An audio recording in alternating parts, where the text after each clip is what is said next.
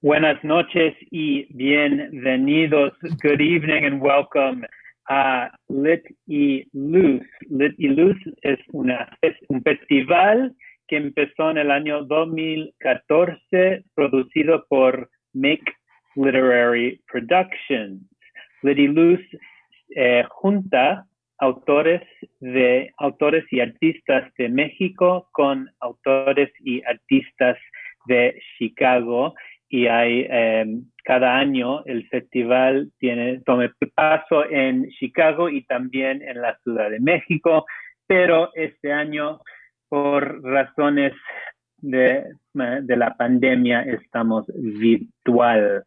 El festival este año se llama Remix, Respond y Rebuild, y empezó anoche y termina el 9 de octubre. Lit y Luz fomenta la creación de nueva arte a través de colaboraciones internacionales y diálogos entre artistas de México y de los Estados Unidos.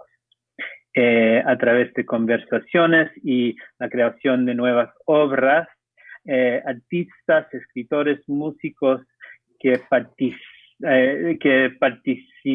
estaban participando en los últimos años están participando este año. Hoy en noche el evento va a ser sobre escritores en Chicago que escriban en español. Y tenemos con nosotros 4 gran autores que llevan mucho tiempo en Chicago. Y voy a hacer introducciones más formal en un ratito más. Tenemos Carolina Herrera, Raúl Dorantes, Frankie Piña y José Ángel Navejas. Yo tuve el honor de leer el tesis de José Ángel Navejas sobre este grupo, realmente este grupo de artistas, de escritores en español en Chicago. Realmente es, yo creo, el único estudio formal de escritores que escriban en español en Chicago. Y estoy muy de acuerdo con José Ángel y su libro, que dice que Chicago realmente es un gran centro de literatura en español. Y ojalá hoy en noche vamos a tener la oportunidad de conversar y de ver que esto realmente es la verdad, que Chicago, una ciudad latinoamericana, es realmente un centro artístico para artistas y escritores de Latinoamérica. Bueno, para organizar el evento un poco, vamos a tener lecturas de los 4 autores, pero las lecturas van a ser a través de videos. Entonces, cada video es como 4 minutos. Vamos a ver los videos de los autores y después vamos a tener la oportunidad de conversar como 10 minutos entre los videos. Y vamos a empezar con Carolina Herrera. Carolina Herrera, voy a decirlo al principio, es miembro del board del Baseman Editorial y fue licenciada en Ciencias Jurídicas en la Universidad Regiomontana en México.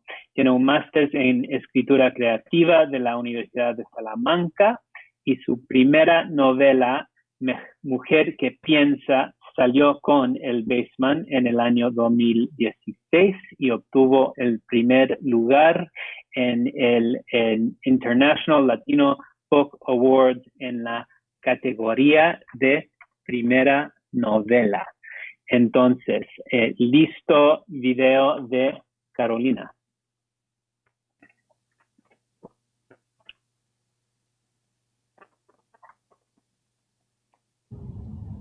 Mis amigas me invitaron a desayunar. No puedo faltar. Hace semanas que no las veo. Todas se han portado muy bien conmigo desde que mi ex decidió catafixiar a su familia por un descapotable y fines de semana en Cancún. Idiota. Al sentarme en la mesa del restaurante, Malena me pregunta si estoy bien. Sonrío y contesto afirmativamente. ¡Claro que estoy bien! ¡Súper bien! Mi voz aguda y ligeramente alterada no pasa desapercibida e insiste. Amiga, ¿has dormido bien últimamente? Me avergüenza su pregunta y le digo que no, sin confesarle que llevo 2 semanas estoqueando a Memo por WhatsApp. Le aseguro que no es nada que un cuarto de Valium no pueda resolver. Susana alza la ceja reprobatoriamente y comienza un bombardeo de preguntas. ¿Cuándo fue la última vez que fuiste al salón? ¿Qué te hiciste las uñas? ¿Desde cuándo no te pones botox?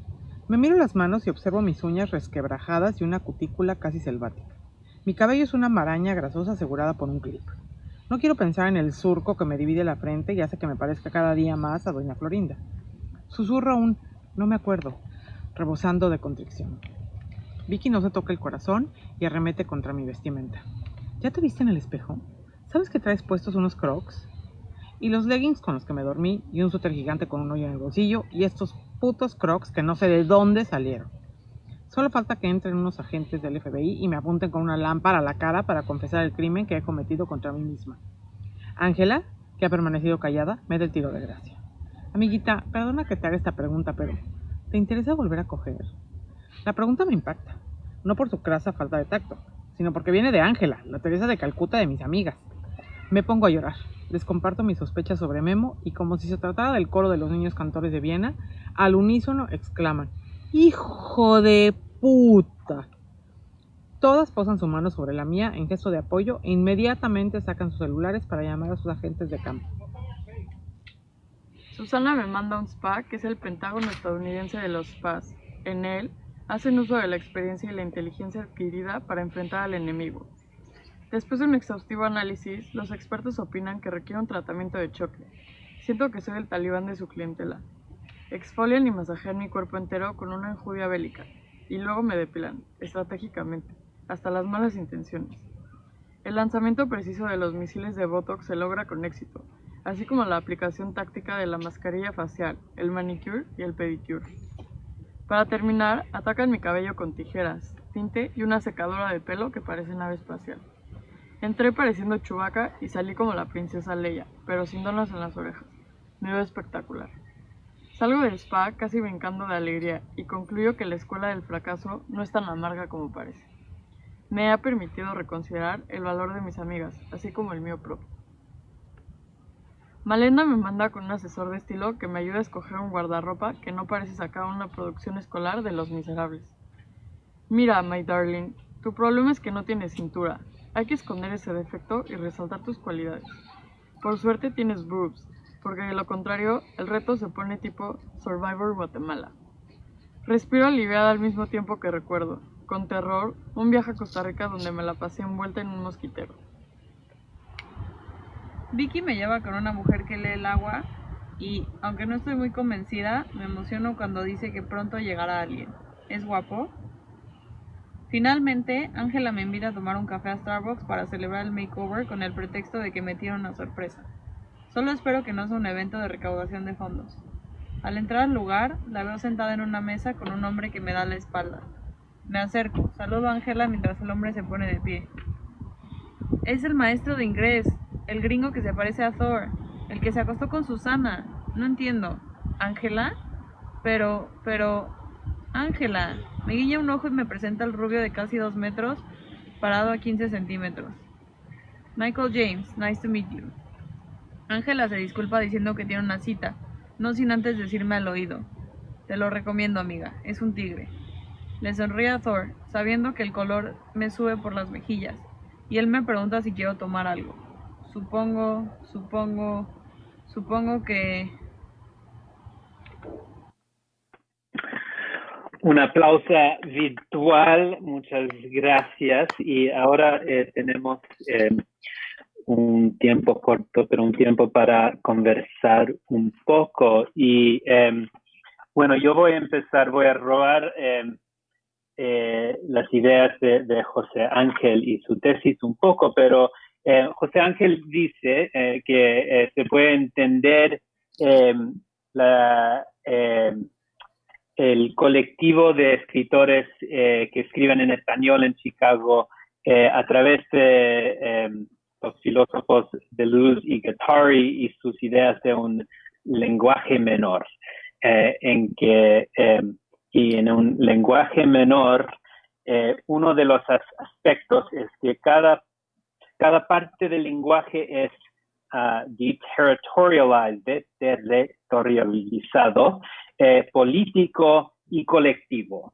Y quiero pensar en ese parte colectivo un poco, porque me parece que tu cuento es un cuento de una comunidad.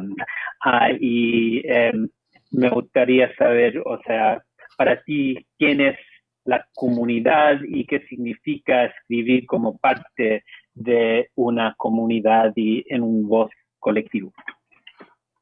¿Me preguntas a mí, Daniel? Sí. Ok. Sí.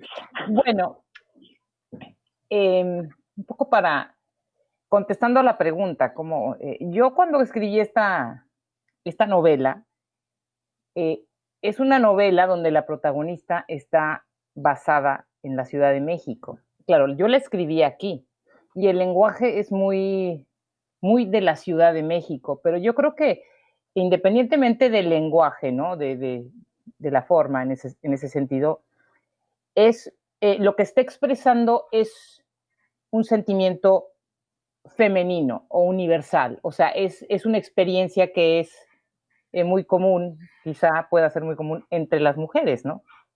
Sí, vaya, el cuento está hablando de una mujer que acaba de pasar por un divorcio, se siente muy mal, las amigas la van a ayudar, se está arreglando, va a conocer a otro hombre, etcétera, etcétera. Entonces, lo que aborda el cuento en este caso es algo que le ocurre a muchas mujeres. Entonces, aunque yo creo que hasta cierto punto el lenguaje, pues es un lenguaje, es español, ¿no? Y es un lenguaje que todos entienden, ¿no? Entonces no es necesariamente localizado en ese sentido, sino que yo creo que el cuento, independientemente de dónde se encuentre el personaje, es un cuento con el que muchas mujeres o muchos lectores se pueden identificar, ¿no? Entonces, un poco extendiendo esta pregunta, a veces, alguna vez por ahí me preguntaron ¿por qué escribes en español en Chicago, no? ¿Por qué escribes en español en Estados Unidos, no?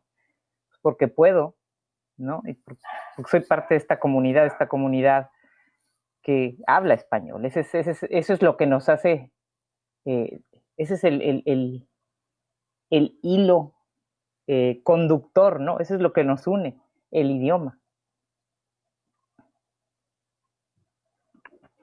Gracias. Si ustedes, los otros escritores, quieren hacer una pregunta, por favor, comienzan.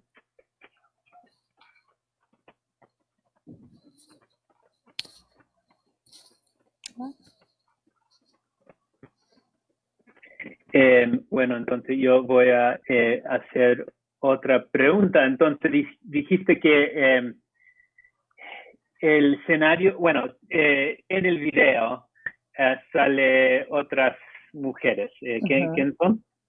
Bueno, es mi hermana y sus hijas, ¿no? Y entonces cuando me pidieron que por favor grabara a alguien leyendo mi libro, pues estaba yo con ellas y dije, bueno, ¿por qué no? Las voy a invitar a que lo hagan y lo grabamos y me dio mucho gusto que pudieran captar, no sé, la voz de la protagonista.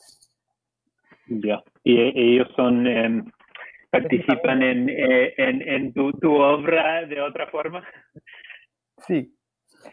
Sí, o sea, vaya, mi hermana vive en la Ciudad de México, sus hijas viven en la Ciudad de México, ellas estaban visitando y a veces mucha gente me pregunta, otra vez volviendo a este libro en particular, Mujer que piensa, que empezó como un blog.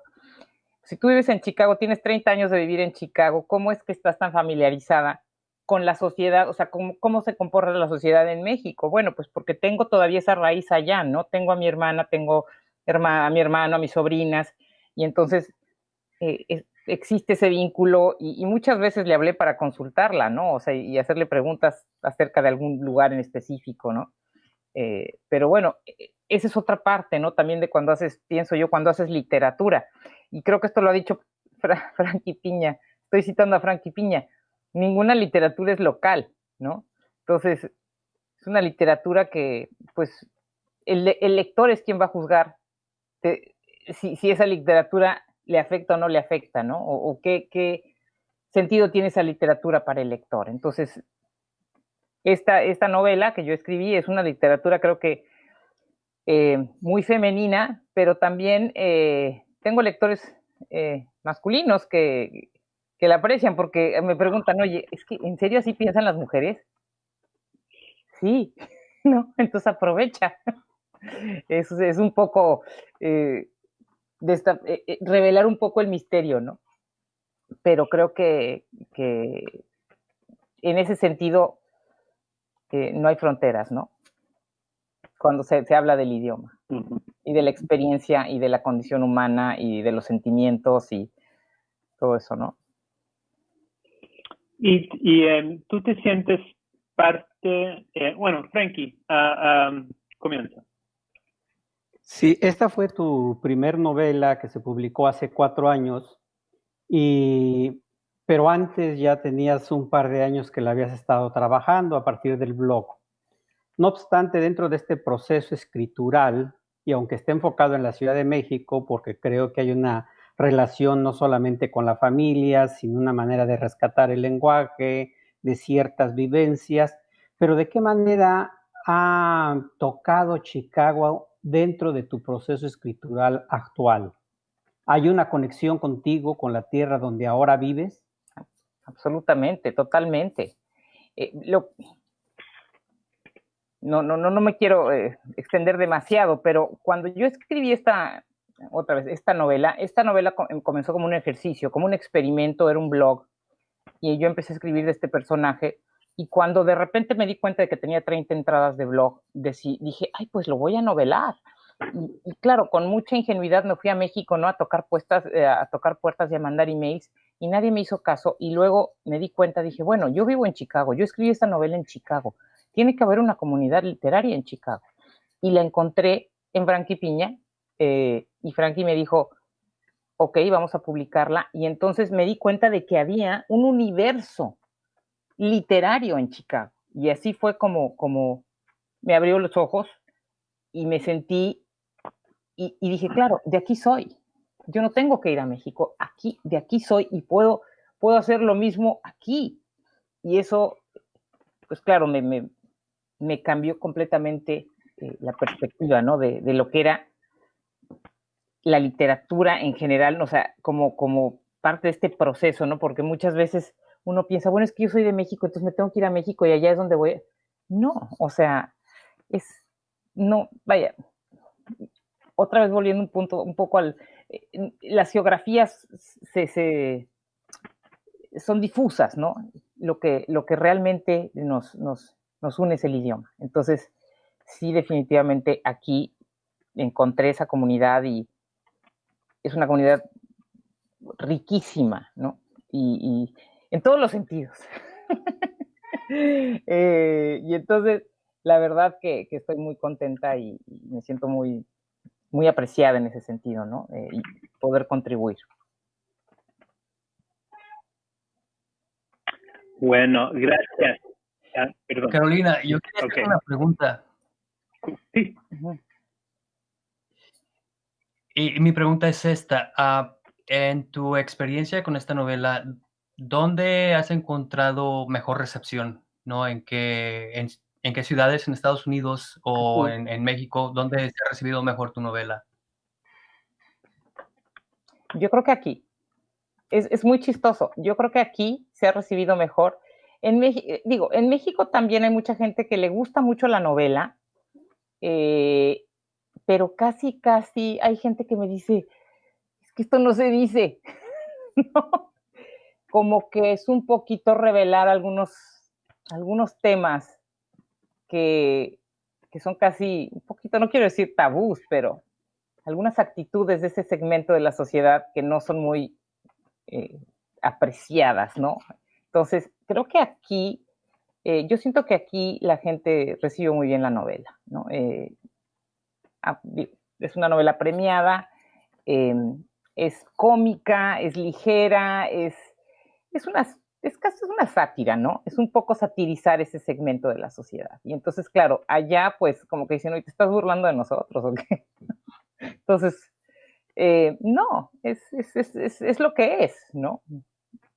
Entonces, pero creo que, vaya, al final creo que todo el que la persona que la lee se divierte. Esa es la intención.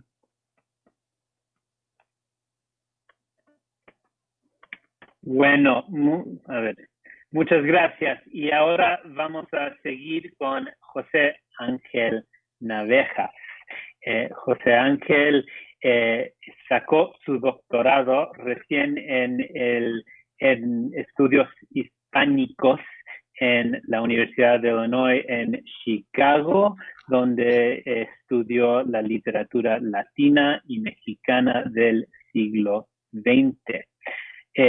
Actualmente Navejas explora las percepciones que los escritores mexicanos tienen de los migrantes mexicanos en los Estados Unidos, así como las relaciones de aquellos autores con la cultura y política estadounidense. Es autor de Illegal Reflections of an Undocumented Immigrant, publicado por University of Illinois Press. Listo con el video de José Ángel. Cue the video, please. Hola, soy José Ángel Navejas y el texto que estoy a punto de leerles se llama Nightmares by the Sea, que es el título de una canción de Jeff Buckley. No es muy a menudo que las noticias del progreso y mejoramiento urbanos nos causen zozobra, sobre todo cuando dichas noticias tienen que ver con cuestiones como el saneamiento vecinal. No sé qué comentario durante una reciente conversación telefónica con mi madre la llevó a informarme que la calle detrás de la casa donde crecí por fin había sido atendida por las autoridades municipales.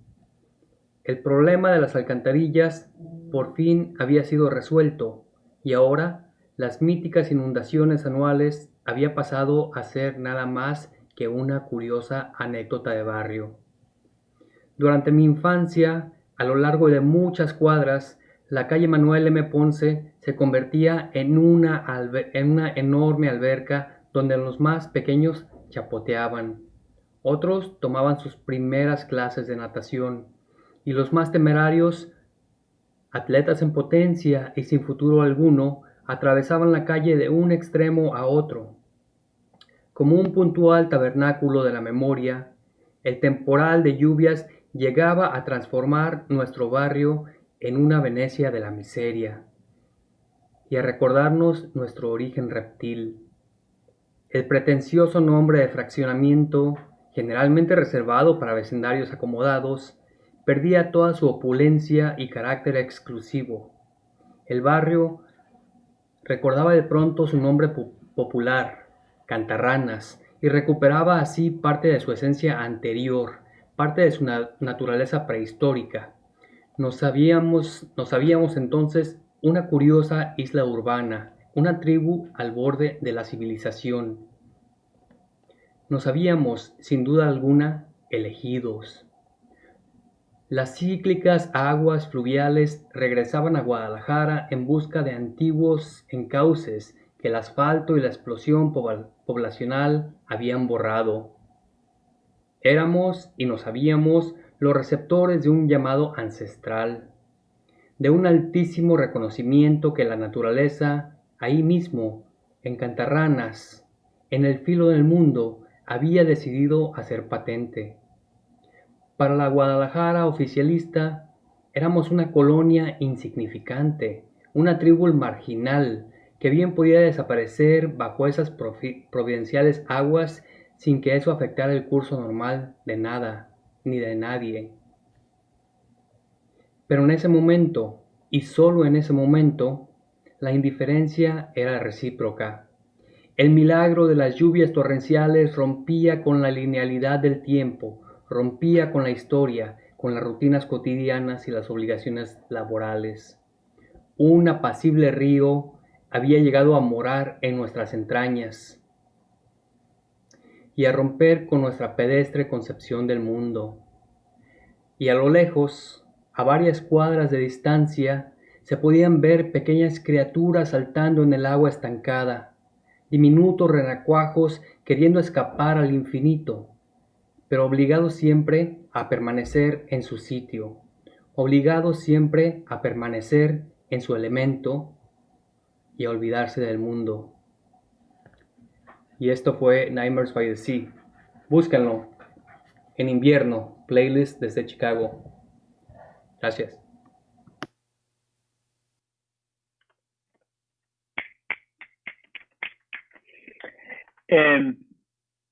No mencioné el libro, perdón. El playlist en Chicago salió cuando, José Ángel.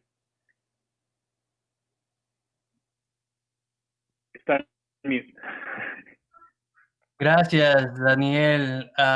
Y bueno, Playlist desde Chicago, Invierno Playlist desde Chicago salió el año pasado y fue publicado precisamente por Frankie Piña, por su editorial, el Basement Press. Así es que no tiene mucho de haber salido, ¿no? Tiene apenas poco menos de un año. Bueno, me encantó el cuento que escuchamos y quizás podemos entrar al cuento a través de otro de tus argumentos, que uno de ellos es que siempre podemos entender cómo se mueve la cultura latinoamericana desde el sur al norte. Pero tú propones que también, y este grupo es un ejemplo, que tenemos que entender que la producción de cultura latinoamericana también se mueve del norte al sur. Quizás podrías explicar eso un poco y contextualizarlo en tu trabajo también, si quieres. Sí, por supuesto. Bueno, lo que yo creo es que, hablando específicamente sobre Chicago y sobre la literatura en español que se ha venido produciendo en los últimos 30 años en Chicago, ¿no? Es un esfuerzo que todavía no se ha tomado en cuenta en México. Yo creo que la experiencia que tuvo Carolina al tratar de llegar a México y publicar una novela, ¿no? Sería la misma experiencia de todos nosotros si tratáramos de ir a México y publicar un libro. Porque desafortunadamente nosotros no existimos en el imaginario mexicano como productores de cultura, ¿no? Incluso muchos de los autores que han sido invitados a este festival, que han venido a Chicago, han venido a leer a Chicago, ¿no? Creo que todavía no logran comprender que en Chicago existe un movimiento bastante sólido, ¿no? Que tiene mucho tiempo de existir. Yo creo que no se tiene en cuenta que la comunidad mexicana de Chicago ha estado establecida en el medio oeste estadounidense, ¿no? Desde hace 100 años, ¿no? Y tiene 100 años produciendo cultura, ¿no? Y eso es algo que todos los o por lo menos algunos de los autores que están aquí, por ejemplo, Raúl Dorantes, Frankie Piña y otros que no están, ¿no? Han tratado de abordar, ¿no? Como tema en sus obras. Y lo que se ha tratado de hacer entonces es cambiar esos paradigmas, ¿no? Tradicionales bajo los cuales se ha entendido al migrante mexicano en Estados Unidos y en Chicago en particular, ¿no? De que se nos ve como personas que somos presas de una migración cíclica, ¿no? Que vamos y regresamos a México y regresamos a laborar a Estados Unidos y vamos de nuevo, ¿no? Esta es una idea que Raúl Dorantes capta muy bien en una novela que publicó en 2014, creo que fue en 2014, de Zorros y Erizos, ¿no? En la cual el personaje principal tiene una misión y su misión es establecer un cementerio en Pilsen para formar, ¿no? Para que la comunidad mexicana establezca raíces profundas y pueda permanecer ya como ¿no? Que haga de Chicago su casa, ¿no? Para que esta idea de la migración cíclica, de que tenemos que regresar una vez que morimos, no, que se acabe por completo y que digamos, esta es nuestra casa, tenemos una comunidad y es lo que vamos a hacer, vamos a construir comunidad, ¿no? ¿Y qué viene con la comunidad? Con la comunidad viene cultura, ¿no? Viene literatura, viene música, viene pintura, ¿no? Creo que lo que está pasando entonces es que a Chicago se le ha ignorado por mucho tiempo y no solo su relación con México, sino con otras comunidades latinoamericanas en Estados Unidos, como por ejemplo cuando se piensa en la comunidad mexicana en Estados Unidos, generalmente se piensa en la comunidad que habita en Texas o en California, ¿no? Y así se nos trata de definir a nosotros, ¿no? A los mexicanos en Estados Unidos. Y la labor que los escritores mexicanos de Estados Unidos han estado haciendo consciente o inconscientemente ha sido un esfuerzo por decir no, nosotros somos productores de literatura y lo estamos demostrando. Una persona que también escribe desde Chicago, mexicano también, es un patólogo jubilado, Francisco González Cruzí. A él se le ha entregado hace poco un premio bastante, un buen premio, un excelente premio, Enrique Sureña, Pedro Enrique Sureña, al ensayo latinoamericano, ¿no? Que es un premio bastante prestigioso. Otra manera en la que también se ve que la cultura, ¿no? La producción literaria de los mexicanos en Chicago ya está impactando a México, ¿no? Es gracias a la editorial del Basement, que ha publicado recientemente las obras de Primo Mendoza en México, que es una labor excelente que están haciendo Frankie y la familia de Mendoza, ¿no? Y yo creo que Frankie nos puede hablar más de eso en su momento, pero estas son algunas de las maneras en las que, ¿no? En las que se puede ver, ¿no? Como somos productores de cultura, ¿no? Que puede tener impacto si hay la voluntad para escucharlos, ¿no? Porque ahorita hay José Ángel. entre México y Estados Unidos, ¿sí? No, disculpa, te voy a interrumpir porque tenemos 2 minutos nomás y el grupo tiene preguntas. Entonces, Raúl va a hacer una pregunta. Disculpa. Sí, bueno, me gustó mucho el relato de Nightmare by the Sea y veo que está ubicado en México y fluye muy bien la narración del texto, lo mismo que el texto de Carolina, ¿sí? Están ubicados en el tuyo, en Guadalajara, el de ella en el DF, y fluyen, y es como si la realidad se hubiese quedado congelada y la capturaran, ¿sí? De una manera pues excelente.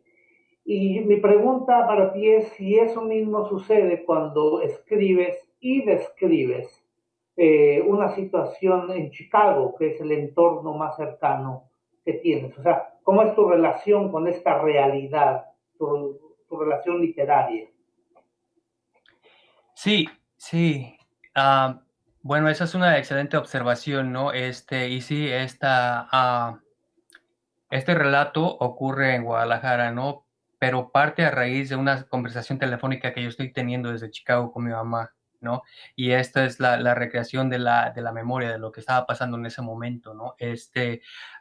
Y este es un texto de aproximadamente 60 y tantos textos, muchos de ellos ocurren en Chicago. La gran mayoría de ellos ocurren en Chicago. Si tengo tiempo para hablar sobre lo que es el libro, ¿no? La idea de este libro es abordar un tema, ¿no? La idea principal de una de las canciones de las que hablo, porque es un libro sobre música, que es sobre filosofía y sobre literatura, ¿no? Al mismo tiempo. pero entonces es una meditación profunda sobre el tema principal de cada una de las canciones de las que hablo, ¿no? Y de lo que me está pasando a mí como indocumentado en Estados Unidos, ¿no? Y este fragmento que leímos, ¿no? Es parte de una conversación más larga de varios, ¿no? Es una realidad súper fragmentada si te pones a leerlo, ¿no? Son relatos individuales, ¿no? Pero que en conjunto crean un tipo de mosaico, que te da más bien la idea precaria de un individuo en una situación ¿no? de indocumentado en Estados Unidos, ¿no?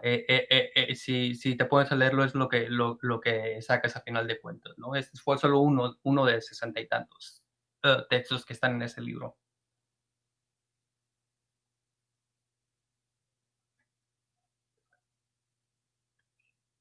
Disculpa.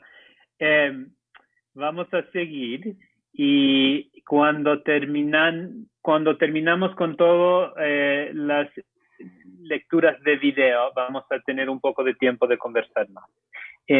Seguimos entonces con Frankie Piña. Frankie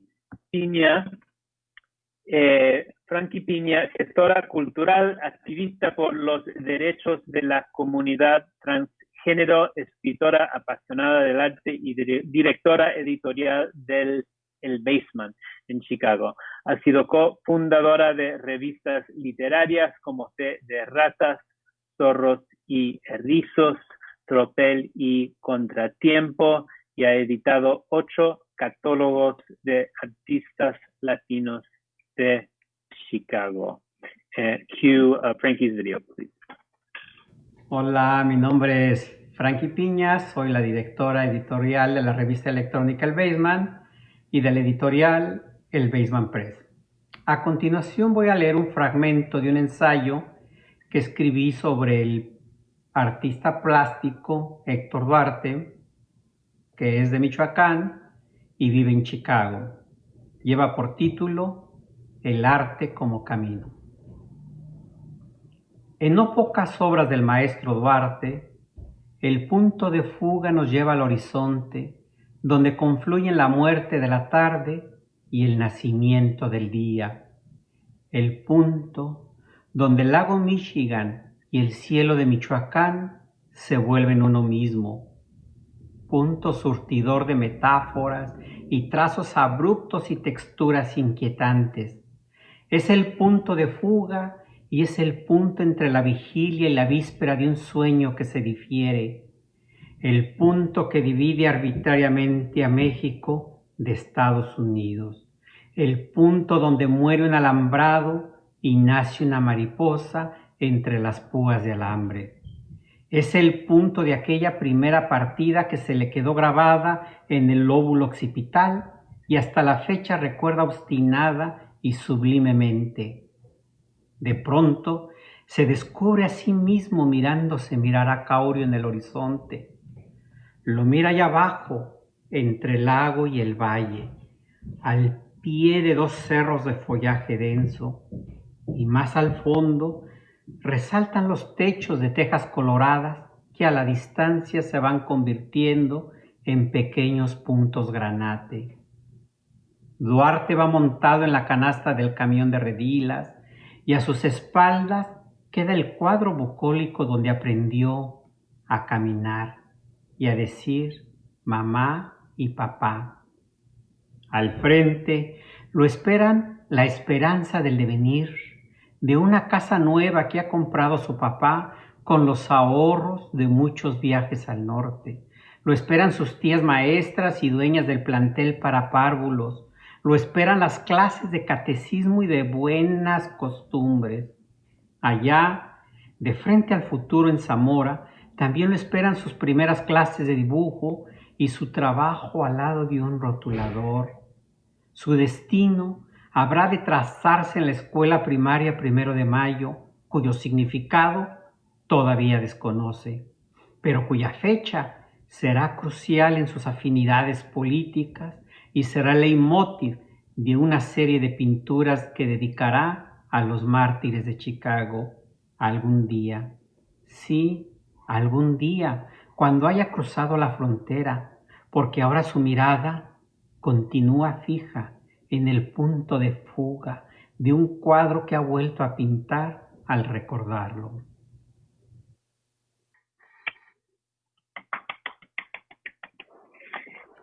Muchas gracias, Frankie. Quizás para el público que no saben de la obra de Héctor Duarte, quizás puedes hablar un poco de Héctor para que la gente tenga un poco más información sobre él. Sí, gracias, Daniel. Héctor Duarte es un pintor que llegó a Chicago aproximadamente hace 40 años. Es un pintor que ha pintado más de 50 murales en la ciudad de Chicago y es un pintor que para mí podría definir como un pintor inmigrante, que tiene una herida muy profunda al partir de Caurio de Guadalupe y al cruzar esa frontera acá tuvo que reinventarse. La migración generalmente nos ve en México, ahora que hablaba José Ángel, solo como dinero, gente que manda remesas y paga impuestos aquí, pero no están viendo nuestras contribuciones culturales. Y Héctor Duarte ha creado una gran obra que tiene que ver con la experiencia del inmigrante y tiene además que ver con ese vacío que genera la partida de un país al dejar a su patria, dejar a su matria y llegar aquí y no es bienvenido. Este pintor ha ido construyendo una obra que a mí en lo personal en un principio no me gustaba, pero no me gustaba porque en el fondo me identificaba con ella, me identificaba con un migrante que creció en un mercado y que se estaba haciendo aquí al calor de los días, creando un hombre. O sea, al no aceptarme yo, no aceptaba el arte del otro. Pero un día encontré un Cristo en la calle 18, un Viernes Santo, y era un Cristo crucificado. Y desde ese momento dije, ¿por qué no he visto la obra de Duarte? Y comencé a investigar, y me fui dando cuenta que su experiencia era muy similar a la mía, allá y aquí. Entonces no me gustaba su obra, que es maravillosa, porque en ella yo estaba y no quería que me lo recordaran. Hace un par de meses me invitó el Colegio de Michoacán a escribir un ensayo en homenaje al maestro y dije con gusto. Desafortunadamente este es solo un fragmento. Cuando migra por primera vez de su pueblo Caurio y se va a Zamora. Pero además es interesante porque su papá y su abuelito habían sido migrantes, habían venido a la pizca de la fresa, el aguacate en California y habían hecho esa ruta. Entonces yo creo que su vida nos demuestra que el migrante aquí no solamente es una estadística, sino que es un productor, un hacedor de cultura y que tiene una calidad, él como los escritores, a la par de los creadores que hay en México. Y yo creo que es tiempo de realmente comenzar una conversación un poco más seria de un país al otro, con todo lo que se está produciendo dentro de nuestra cultura, tanto en el idioma como en las otras expresiones artísticas. El libro de José Ángel, Invierno, es un tratado filosófico prácticamente. Las obras de Raúl Dorantes también lo son. Entonces yo creo que hay mucho que aportar y una calidad que si no se ha reconocido en México, sí comienza a reconocerse en Estados Unidos, porque ahora se ha hecho un estudio que hizo la académica y crítica literaria Naida Saavedra y ha nombrado a Chicago como la cuna de este nuevo movimiento de literatura en español en todo Estados Unidos y le llamó el New Latino Boom. Entonces yo creo que ahora sí realmente están los ojos, incluso en este momento, en esta conversación, de otros lugares de Estados Unidos para ver qué se está gestando en Chicago. Bueno, y si es el centro del New Latino Boom, el centro está basado en el editorial El Basement, ¿no?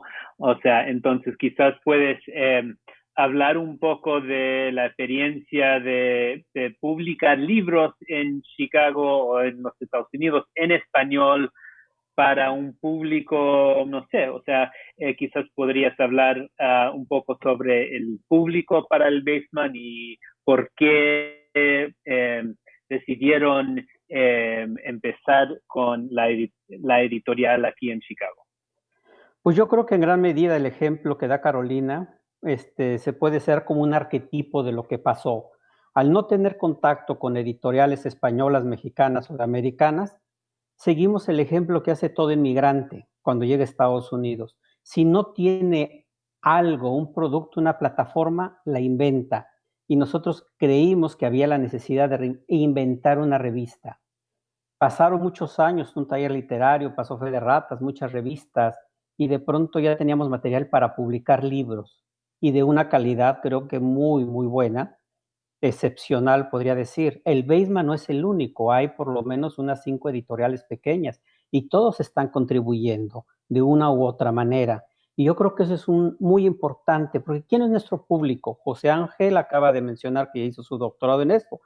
O sea, a mí me da mucho gusto saber que en la universidad, en UIC, se están enseñando clases de creación literaria en español aquí. Se está invitando a los escritores de aquí. Lo mismo sucede, tengo entendido, en Northeastern University.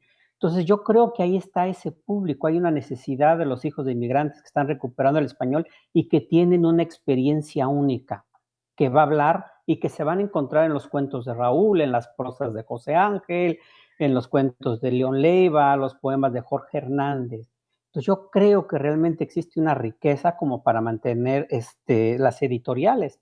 O sea, el hecho de que en los últimos 12 años se hayan publicado aproximadamente 120 libros en español, nos habla no solamente de un mercado, sino de una producción cultural de un alto nivel. ¿Alguien quiere agregar una pregunta? Entonces vamos a seguir porque vamos a tener tiempo para charlar un poco más al final. Muchas gracias, Frankie. Entonces ahora terminamos las presentaciones de video con Raúl Dorantes. Raúl Dorantes es miembro del colectivo El Pozo, y El Pozo produjo en el 2019 el largometraje Cuaco, que se presentó en el Festival de Cine Latino de Chicago. Como mencionó José Ángel, es novelista y ha publicado 2 novelas, De zorros y erizos y cajitas, y una colección de cuentos, Noches de Tabla Roca. Cue the video for Raúl, please.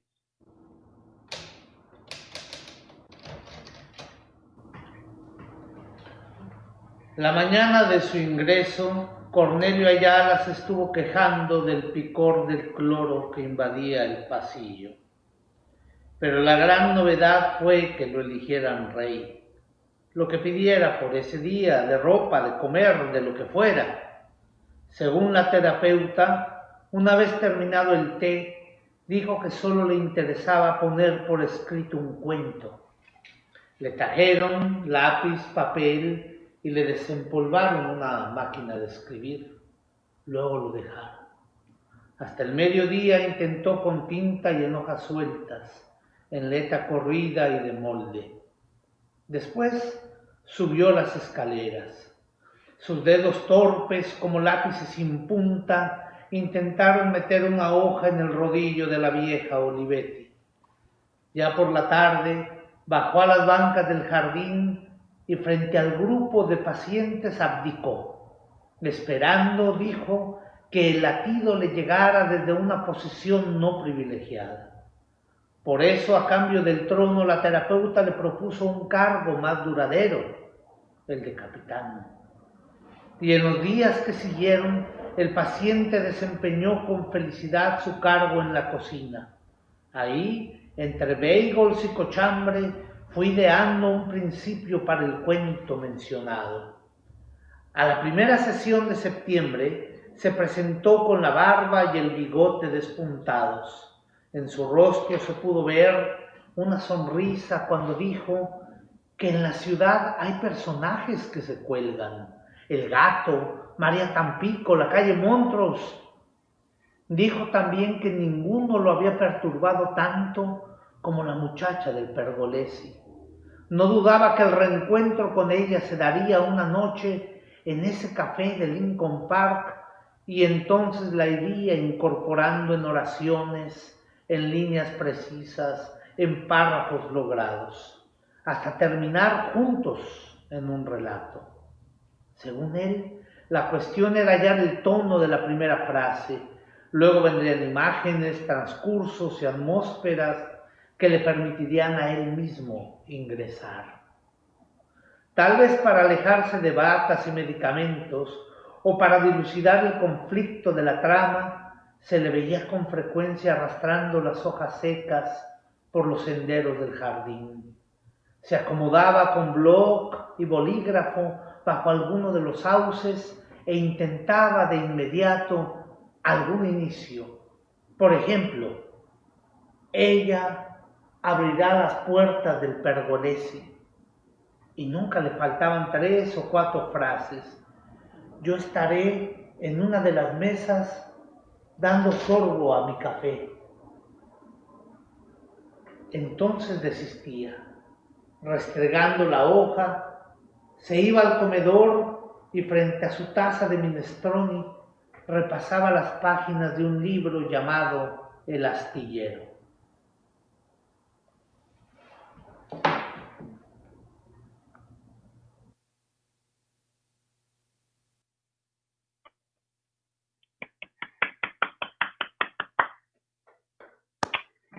Muchas gracias, Raúl.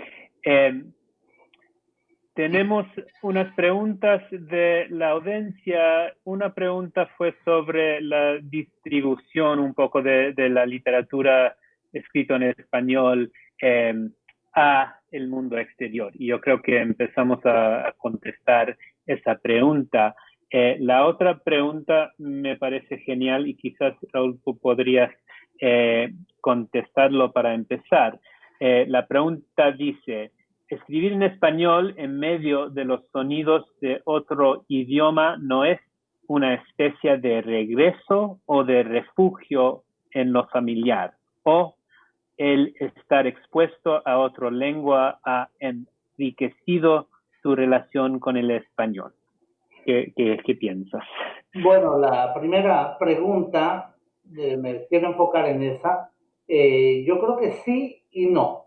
Que sí, el español me es mucho más familiar que el inglés. El inglés simplemente hay quienes se han sentido cómodos, fluyen en el inglés, no es mi caso, pero al mismo tiempo uno no regresa a lo familiar por los entornos, por los contextos en los que se maneja, en este caso, mi narrativa.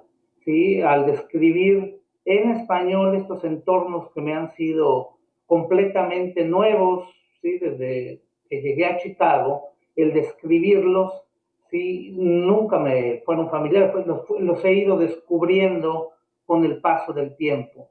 Entonces, que los pude haber yo descrito en inglés, no creo. Creo que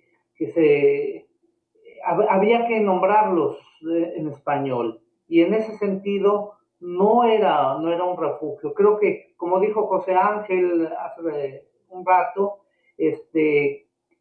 correspondía a nosotros, los inmigrantes, ponerle nombre a los callejones, ponerle nombre a las flores que nacen acá, a los árboles que vemos acá.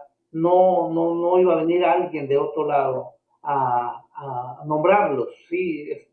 Y regresar. Tenemos que, es una labor de los escritores inmigrantes, yo diría. Sí, y no sé si hay alguna otra pregunta.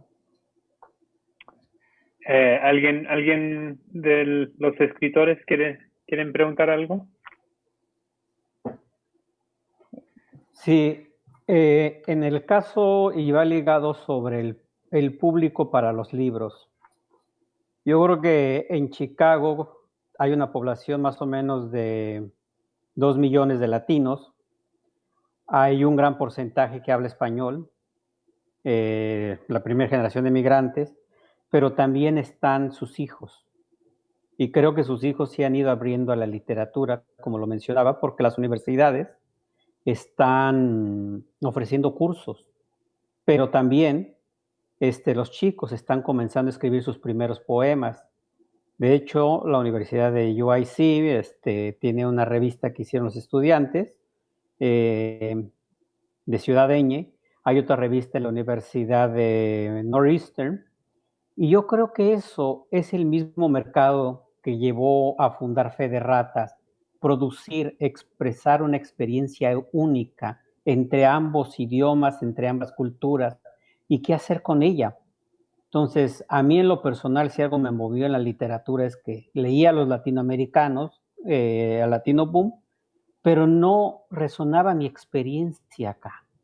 O sea, para mí era una ricura de lenguaje escucharlo en las calles, la combinación de los idiomas, y creo que lo comencé poco a poco a escuchar en los textos de acá. Entonces yo creo que yo misma estaba buscando libros de esa naturaleza y lo van a encontrar muchos de los estudiantes.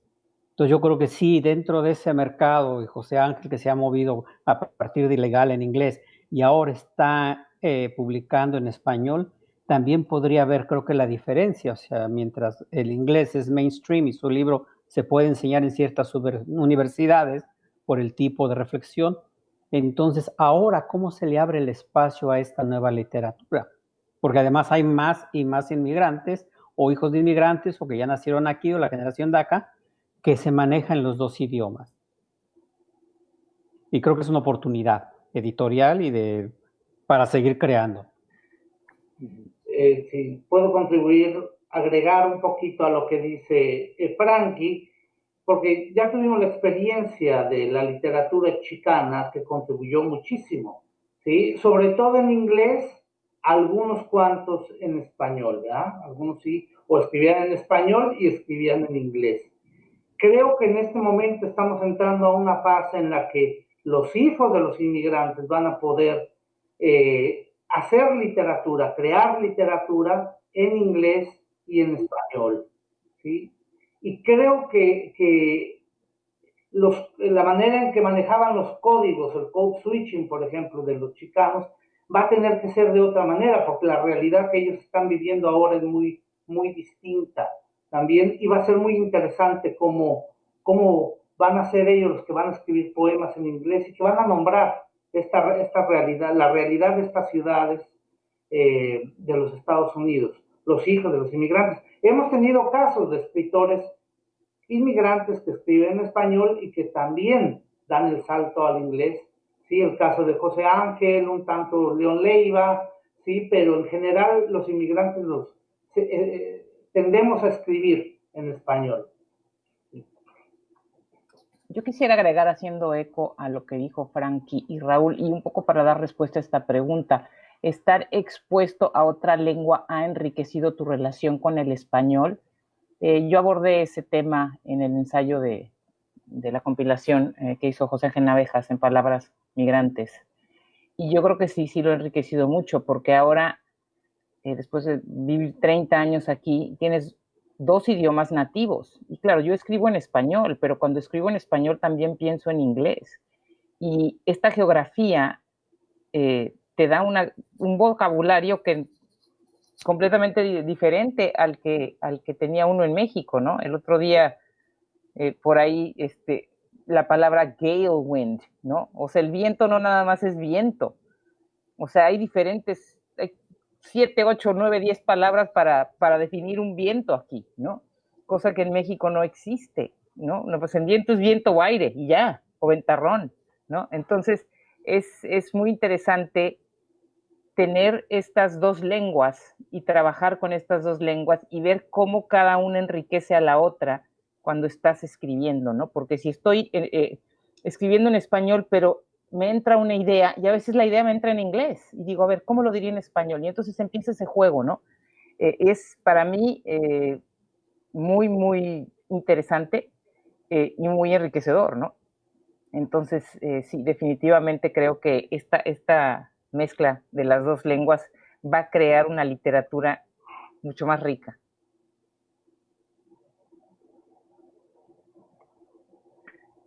Tenemos unos minutos no más, pero bueno, quizás súper interesante la conversación y yo tengo varias preguntas. O sea, por un lado estoy pensando que el público para la literatura, como habla a Raúl, o sea, es un público bilingüe, o sea, va a ser un público que es cómodo hablando en español y o sea, digo, los hijos de los migrantes y español, ¿no? Y yo creo que, como dice Carolina, eso también significa que hay un pensamiento bilingüe, que está totalmente integrado en la creación literaria.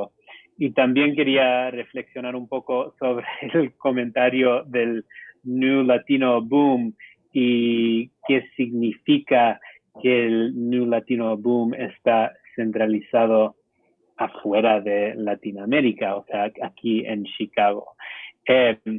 Entonces, para ustedes que están en el público, están viendo parte de el New Latino Boom, pero tenemos que decir que estos son escritores que llevan mucho tiempo produciendo literatura de altos niveles.